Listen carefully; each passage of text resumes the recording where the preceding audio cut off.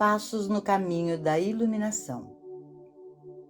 O objetivo do nosso trabalho é a obtenção de alguma medida de consciência espiritual, retornar à casa do Pai e, assim, atingir um certo grau daquela luz espiritual que resultará em nos tornarmos novamente filhos de Deus. A raça humana, como a conhecemos, não é a descendência de Deus. Desonraria a Deus a crença de que Ele poderia criar o que nos confronta como seres humanos. Sobre Deus, seria uma farsa crer que as condições existentes neste mundo hoje foram criadas por Ele. A mensagem do Mestre era muito clara, a de morrer diariamente a fim de renascer do Espírito.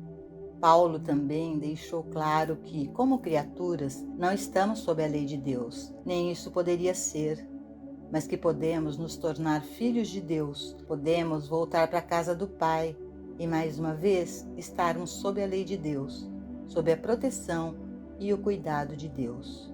A missão inteira do Mestre era revelar como a transição do homem da terra para o homem que tem o seu ser em Cristo pode ser feita. Sua missão inteira era revelar a natureza da revelação espiritual, da realização espiritual. A maioria dos grandes ensinamentos religiosos do mundo adotaram como tema a ideia de que o homem de Adão está fora do jardim do Éden, isto é, fora do reino de Deus, e que através da vida espiritual, prática e oração, ele pode ser devolvido ao reino e novamente sob a graça de Deus. Este processo é conhecido como iluminação. Aqueles que são iluminados são aqueles que se elevaram acima da consciência mortal ou material, aqueles que receberam luz, em alguns casos, iniciação, libertando-se de leis materiais e mentais. Houve irmandades, ordens místicas, muitas das quais operavam com base no princípio de que o iniciado poderia ser preparado em graus para mais luz, levado de um estágio para o outro, até que finalmente a iluminação ocorresse, resultando em uma transcendência da consciência material para uma medida de consciência pela qual o indivíduo estava sob a lei espiritual. Como seres humanos, estamos sob as leis da matéria e da mente, mas essas leis da matéria e da mente não são leis de Deus. A razão pela qual sabemos que essas leis não são de Deus é porque as leis da matéria ou da mente podem ser e são usadas para o bem ou para o mal, mas as leis de Deus não podem ser usadas de forma alguma. Ninguém jamais foi capaz de usar uma lei de Deus. Alguém pode ser usado pela lei de Deus. Ele pode ser um servo da lei de Deus. Ele pode ser um instrumento através do qual Deus opera, mas ele não pode usar Deus. Como filhos de Deus, somos usados por Deus e pelas leis de Deus, e somos governados por essas leis. Mas Deus não conhece o bem e o mal, porque no reino de Deus não há pares de opostos. No reino de Deus não há saúde nem doença, não há juventude nem idade, não há vida e nem morte. Há apenas uma continuidade do ser imortal. Deus não muda. Deus é o mesmo de eternidade a eternidade, e seus caminhos são perfeitos. Nele não há escuridão alguma. Nele não há mal. Nele não há nada de natureza negativa. Existe apenas a perfeição e a imortalidade do ser eterno e infinito.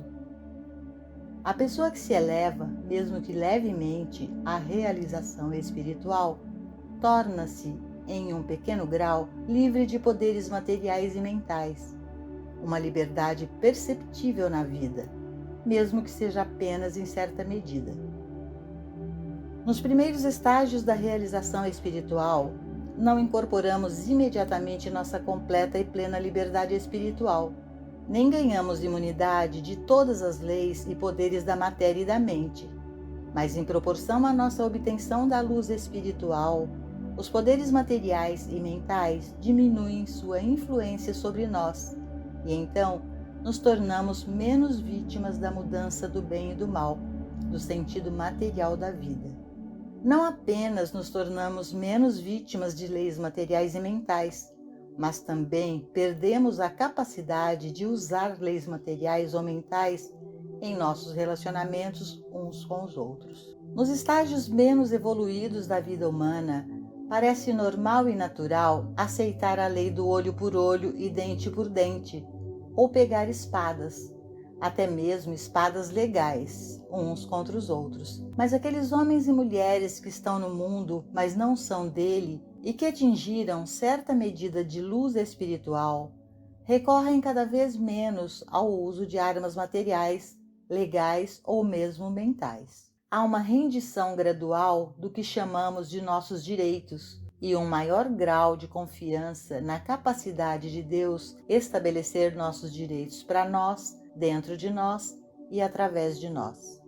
Todo o quadro humano muda para aqueles que estão no caminho espiritual, e eles não se enquadram nas leis materiais na mesma medida em que o fizeram anteriormente. Além disso, como estudantes de sabedoria espiritual, eles estão menos sujeitos às leis da doença do que antes de começarem a realizar este estudo. Se fôssemos traçar a história das famílias que viveram por anos com ensinamentos religiosos metafísicos ou místicos como seu guia, logo descobriríamos como, comparativamente, pouca doença, falta, pobreza e pouca desarmonia tem sido seu destino. Isso não significa que elas tenham atingido completa liberdade, mas apenas que até mesmo algum grau de liberdade espiritual já inclui uma liberdade das discórdias da carne e que a liberdade final e perfeita é proporcional ao crescimento espiritual. Isso não significa que elas tenham atingido completa liberdade, mas apenas que até mesmo algum grau de liberdade espiritual já inclui uma liberdade das discórdias da carne e que a liberdade final e perfeita é proporcional ao crescimento espiritual. Alcançando a consciência transcendental. Para atingir alguma medida desta consciência espiritual, é necessário que princípios específicos sejam seguidos. Esta mensagem, portanto, contém certos princípios que, quando lidos, estudados, praticados e corporificados na consciência, tornam-se operativos como consciência quadridimensional ou transcendental, uma consciência que é alcançada de duas maneiras. A primeira maneira de alcançar essa consciência é por um ato de Deus, que às vezes acontece na experiência de um indivíduo, e por alguma razão desconhecida e sem qualquer esforço de sua parte, o eleva a esta consciência quadridimensional ou transcendental. Este é o dom de Deus. Neste capítulo, trataremos principalmente da segunda maneira, que é uma percepção e realização consciente desta consciência superior. Em nosso estado humano, fomos ensinados a confiar quase inteiramente em nossa sabedoria humana, em nossa força física ou em nossos esforços pessoais. O objetivo de nos voltarmos para um ensinamento espiritual é capacitar-nos a nos libertar da tensão da vida moderna, para vivermos não pela força nem pelo poder, mas pelo meu espírito, para deixar o Cristo viver a nossa vida. A graça, então, começa a tomar o lugar e nossa vida é vivida mais por ela e menos pelo esforço pessoal. Há uma presença invisível que nos precede para endireitar os caminhos tortos, que nos precede para preparar um lugar para nós. Existe uma presença que age como um sentido intuitivo, levando-nos na direção certa. O objetivo da vida espiritual é a obtenção dessa consciência. Guarda tua espada. Como seres humanos, vivemos pelo poder. A maioria de nós depende de algum tipo de poder material ou mental. Pode ser uma forma mais forte de poder material superando uma forma menor de poder material, ou pode ser um poder mental superando uma força material. Mas toda a experiência humana consiste em superar um poder pelo uso de um poder maior ou mais forte. No mundo metafísico, as forças da matéria são dominadas pelas forças da mente, resultando na mente sobre a matéria e até na mente sobre a mente. No caminho da quarta dimensão, entretanto, isto é eliminado, porque na quarta dimensão não há poder. Aqui nós não usamos nenhum poder. Aqui nós entramos no reino revelado pelo Mestre, o reino de não resistir ao mal, o reino de guardar tua espada. Aqui aprendemos a relaxar e guardar nossa espada mental. E quando somos tentados com um poder material ou mental, ameaçados em nosso conforto, saúde, bem-estar, segurança ou proteção, não negamos ou afirmamos nada. Em vez disso, nos libertamos de qualquer resistência àquilo que está aparecendo para nós como mal, em qualquer forma que seja. Não é fácil fazer isso porque toda a nossa inclinação como seres humanos é atacar para nos defender e até mesmo, quando necessário, tomar a ofensiva. Afirma-se que, através do poder do olfato, os animais podem detectar o medo nos seres humanos e que, quando atacam uma pessoa, não a atacam, mas atacam este medo, porque percebem que esse medo pode tornar uma pessoa destrutiva e prejudicial a eles, e, portanto, eles tomam a ofensiva e tentam destruí-lo antes que ela possa destruí-los. Uma situação um tanto paralela pode ser notada no modo como algumas pessoas satisfazem as condições da vida humana. Por outro lado, aqueles que alcançaram alguma medida da realização de Cristo chegam ao ponto em que não se levantam em justa rebelião contra o mal, nem tomam a ofensiva contra ele, nem mesmo se colocam na defensiva, mas eles ficam parados como fez o Mestre diante de Pilatos na percepção: tu não poderias ter poder algum contra mim, exceto o que te foi dado de cima, e não há necessidade de medo. Na cena humana, pode ser perfeitamente normal e natural recorrer ao olho por olho e dente por dente. Pode ser bastante legítimo processar aqueles que nos processariam ou levantar uma guerra contra um país vizinho. Isso, no entanto, não só não está certo no plano espiritual, mas é também desnecessário, porque os males deste mundo são maus somente na consciência que os aceita como tal. Onde quer que haja uma aceitação da crença universal em dois poderes, existem dois poderes.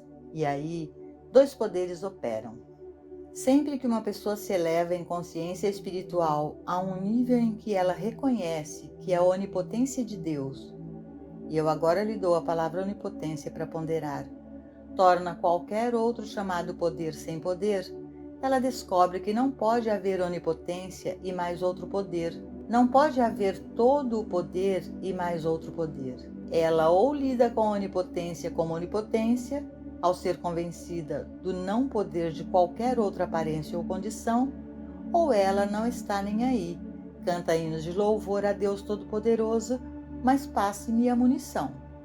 A qualquer momento que um problema de qualquer natureza começar a chamar sua atenção, lembre-se instantaneamente de que você não deve levantar a espada, nem a espada mental e nem física, mas sim que você deve relaxar e não resistir ao mal, na percepção da onipotência. Os próximos 3 ou 4 dias da sua vida podem ser muito miseráveis, porque quando você começa um trabalho desse tipo, parece, como no caso de Jesus, quando ele começou o seu ministério e o diabo pulou diante dele com 3 tentações, que 2 ou 3 demônios conseguem encontrá-lo, e cada um deles tem 2 ou 3 tentações para você. Portanto, os primeiros dias podem ser realmente difíceis. Muitas vezes você pode ter que dizer: para trás de mim, Satanás. Eu não estou pegando a espada, não estou resistindo ou refutando. Estou firme na onipotência, permanecendo firme na percepção de que não pode haver 2 poderes se a onipotência é a verdade. Então, pode ser que o problema se torne mais insistente, embora em 1 ou 2 instâncias o problema possa desaparecer. Não fique muito encorajado se isso acontecer, porque você ainda terá aqueles dias pela frente, quando um problema seu ou de sua família, ou uma manchete em um jornal, irá tentá-lo a aceitar um poder destrutivo no mundo, uma força do mal ou uma condição errônea, e você será chamado especificamente e concretamente para trazer à lembrança consciente mais uma vez a palavra onipotência, todo o poder, um poder, e não um poder sobre outro poder, porque não há dois poderes no reino espiritual, um para ser usado contra o outro. Existe apenas um poder, e o segredo da vida harmoniosa é o reconhecimento e aceitação de um poder. A grande falha do mundo religioso tem sido acreditar que Deus é um grande poder, às vezes grande o suficiente para curar doenças ou impedir guerras, depressões e pânicos. 5.000 anos de história deveriam ter provado a nós que Deus não é tal poder. Deus não para as guerras. Isso acontece quando o inimigo fica sem munição. Deus não cura a doença, ou alguma forma de matéria médica faz isso, ou faz algum indivíduo espiritualmente dotado que chegou à realização da onipotência e, portanto, pode considerar a doença como braço de carne, ou não poder. Lembre-se sempre de que não estamos lidando com um grande poder ou um poder supremo sobre outros poderes. Estamos lidando com um reconhecimento individual. Estamos firmes em um só poder, além do qual não há outros poderes. Davi e Golias. A história de Davi e Golias ilustra o poder do impotente, aquele poder que, para o nosso senso, não é poder. Golias é representado como um gigante, não apenas um gigante físico, mas um vestindo uma armadura inexpugnável, que nenhum poder poderia penetrar. Nada poderia alcançá-lo, nada poderia prejudicá-lo e nada poderia destruí-lo, porque ele estava tão bem armado que era invencível por qualquer arma que até então fosse concebida ou formada. Mas o que aconteceu com essa invencibilidade? Um pequeno homem veio junto com algumas pedras, e apenas uma daquelas pedras minúsculas acabou com a carreira deste poderoso gigante vestido com armaduras pesadas. Poderia alguma coisa ser mais fantástica do que o pensamento de uma pequena pedra nivelando um gigante, e um gigante bem protegido?